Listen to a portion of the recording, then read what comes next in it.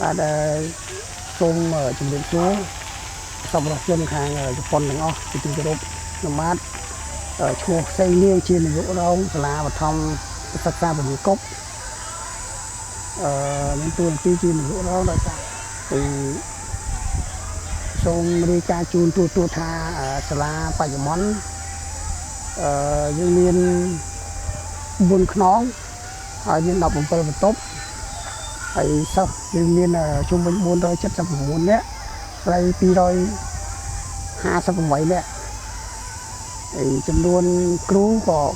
មានតែ10នាក់ជាងគ្រូទាំងគ្រូបោកទាំងគ្រូកិច្ចសន្យាអញ្ចឹងបច្ចុប្បន្នមានតែបន្ទប់ទឹកដែលមួយខ្នង4បន្ទប់ដែលវាតូចនេះក្មេងបានមកប្រើប្រាស់ជាញឹកញាប់ហើយគ្រាន់តែវាបានតិចតែបន្ទប់ទឹកនេះវាតិចហើយក្មេងមក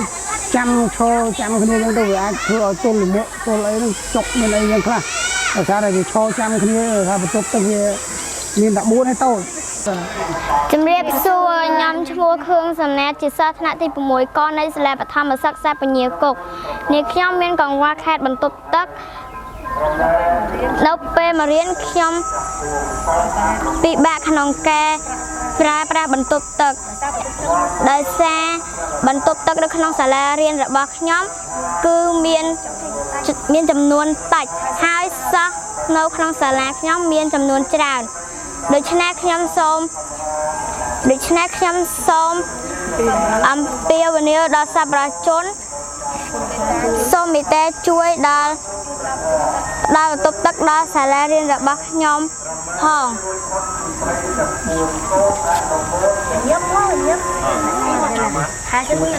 ជំរាបសួរនាងខ្ញុំឈ្មោះទឹមជួនច័ន្ទរីជាគ្រូបង្រៀនថ្នាក់ទី6នៃសាលាបឋមសិក្សាពញាគប់អញ្ចឹងថ្ងៃនេះខ្ញុំសូមសំណូមពរឬក៏សូមអំពាវនាវដល់សប្បុរសជនទាំងអស់ដែលនៅក្រៅប្រទេសសូមជំនួយដល់សាលាបឋមសិក្សាពញាគប់នៅបន្ទប់ទឹក